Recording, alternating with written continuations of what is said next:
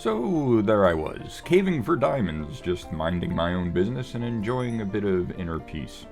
The gentle sound of water trickling through the deep slate, peaceful, almost meditative, felt safe, controlled.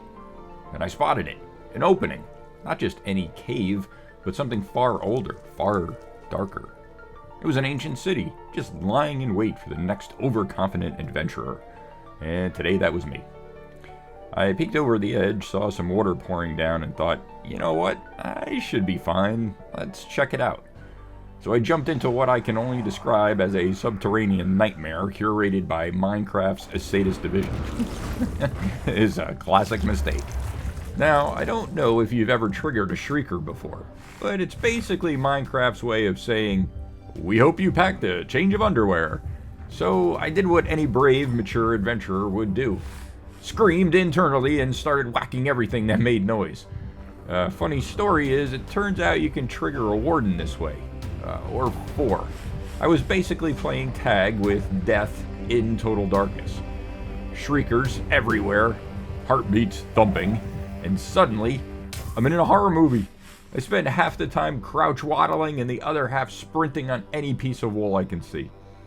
Eventually, I took out all the shriekers, as if I were defusing bombs, very loud, very angry bombs. Multiple wardens, 2 deaths, and 3 heart attacks later, it was all cleared.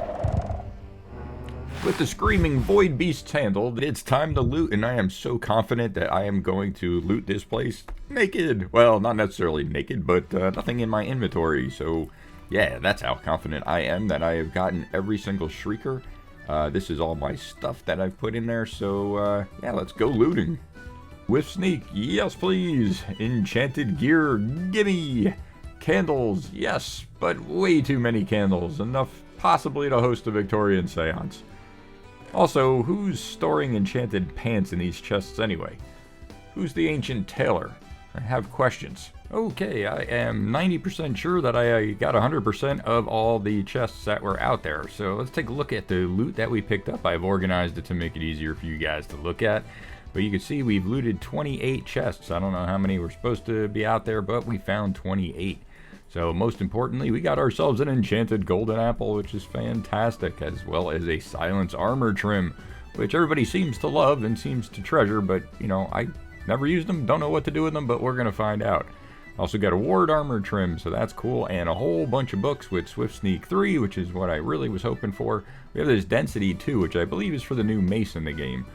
Got a whole bunch of music discs, so apparently these ancients were, you know, getting down with the music, so we got a bunch of that. We got some diamond horse armor, which is cool, and of course all of the enchanted pants.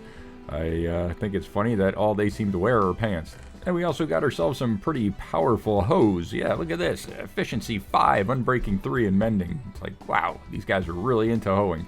We got Silk Touch, Efficiency 5, and Unbreaking 3, so got ourselves some pretty good hose. Look at this, even Fortune 3 on this one.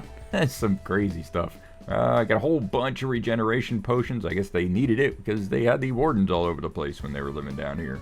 So, yeah, it looks like a pretty good haul. Not too bad, not too bad. And we got a few little miscellaneous pieces up here. So, yeah, very good haul. I'm going to get all this back to the base somehow. And, yeah, then we're going to figure out what we do next. With all those horrors behind me, it was time to enter a new kind of trauma. The Nether. I started building a bridge. A very long bridge.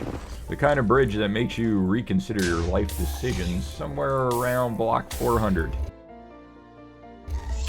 Looking for a fortress, of course. Slowly losing hope and a growing sense of self-pity.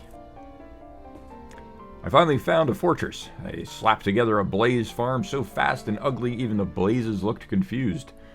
It's janky, it's definitely ugly, but it works. Kind of like me after 4 hours of editing.